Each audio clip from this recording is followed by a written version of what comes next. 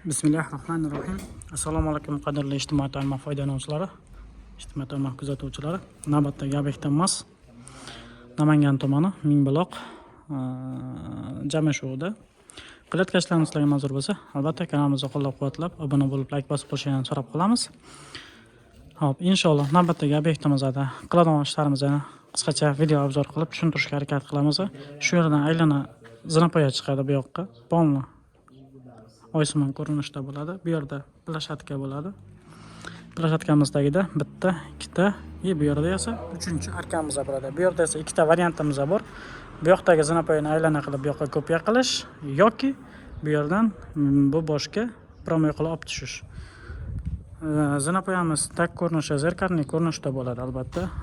Armaturalarimiz Begavot armaturasi bo'ladi.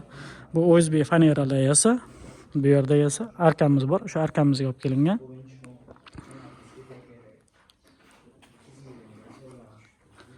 Qilayotgan sizlarga manzur bo'lsa, albatta kanalimizni qo'llab-quvvatlab, obuna bo'lib, like bosib qo'yishingizni so'rab qolamiz. Sizlarni qanaqadir qiziqtirgan savol yoki shunga o'xshash butun zina xizmat zakazlaringiz bo'lsa, opisiya telefon nomerimiz ekran burchagidan chiqib turibdi. Bemalol qo'ng'iroq qilishingiz mumkin. Inshaalloh harakat qilamiz qo'ldan kelgancha. E'tiboringiz uchun hammaga kattakon rahmat. Sog' bo'ling, salomat bo'ling. Inshaalloh keyingi videoda zinapoyamizni qo'yilgan jarayonni qo'yamiz albatta. Haligi videoda montaj ketadi-ku, bundoq turib ichilik qilganda paydo bo'lib qoladi-ku.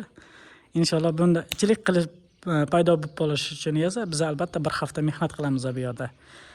Mehnatimizni birdan 10 gacha baho berib qo'yishingizni so'rab qolamiz. Sog' bo'ling, salomat bo'ling. Bu esa meni do'stim Abduvali. Qirg'izistonning mashhur ustalaridan. Qalamizda. Sog' bo'ling, salomat bo'ling. O'zi chizish ishlari boshlandi.